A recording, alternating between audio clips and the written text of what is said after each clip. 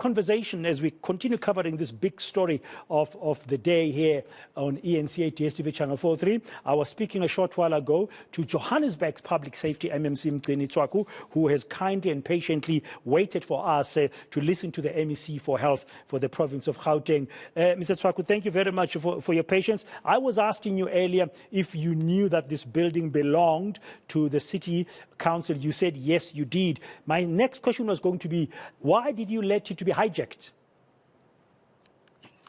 The buildings are like any other, the buildings here, Braden, is that people, they're actually very smart. They just go inside these buildings, and then after that, remember, Mars, that the law is that after 24 hours, you must actually seek alternative accommodation to, the people. We've been following it up. I mean, even the guys from the GFITs have gone to court for evictions and all of that. So it has been a struggle, and they might have told you as well that as a city is that there is no transit accommodation, because when you take people out on those buildings, you must put them into transit accommodation. Okay. Do you think the law must change? Do you think it's time this law should be changed? Look, my view is to say, number one, I think that, in a way that people, they come in and hijack a building. And look, when someone hijacks a building and then they just come to you and say, no, before I get out of my place, you need to get me an alternative. No, MMC, sorry, that's not my question. My question to you is, do you think this law must be changed? I think we must just have a discussion in terms of what to do actually then. But what also must change is that I think that we must expropriate most of the buildings which are here, because some of them, they don't have any people which are around the place. What do you mean? What do you mean we must expropriate them? What do you mean in practice?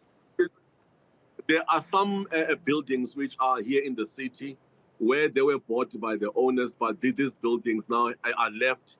Are dilapidated. So you find that there's an owner has gone overseas, but as the city, some of these buildings, we must expropriate them and belong here to the city, because when it is standing there and we just have no one, so people, they just get into it and actually hijack it. Okay, in line with what you've just said, what do you think then should happen to this particular building of 5 stories in which 73 people were killed this morning? This one, we must close it. This one, it must be closed like any other building that is there. And the city has done now an emergency housing.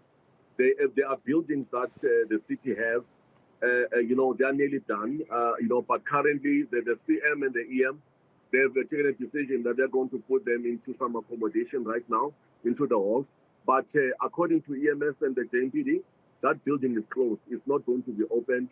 It needs to be renovated. But by then, there is a system that I propose to all these NGOs, which have interdicted the Department of Public Safety, which nearly some of them have gone to court, and I was nearly arrested. It is impossible with these hijacked buildings to really seek accommodation, an alternative one.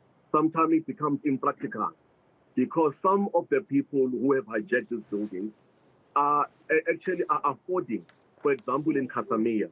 So I came up with a concept that is called a partial relocation.